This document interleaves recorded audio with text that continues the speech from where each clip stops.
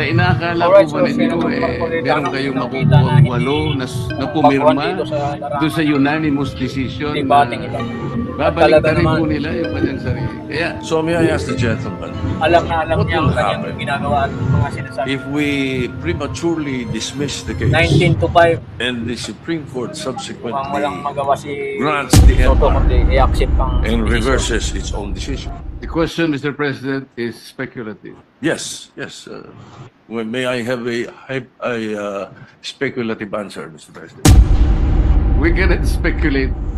We can only guess, second guess, because on the basis of our experience as a practicing lawyer, Mr. President, ito pong ganitong klaseng desisyon, talaga pong wala na pong kaduda-duda na kahit po mag-file pa tayo ng motion for reconsideration. We are hoping against hope. It is as if we are wishing for the moon. Palagay nyo po, palagay nyo lang po merong isa na nag-reverse. Hindi rin po ma-overturn eh. Kasi po ang kailangan po ninyo ay 8 ang mag-reverse. Sa inaakala po ba ninyo, meron kayong makukuhang 8 na pumirma doon sa unanimous decision na babaligta rin po nila yung kanyang sarili. Kaya napakahirap pong mag-speculate, Mr. President.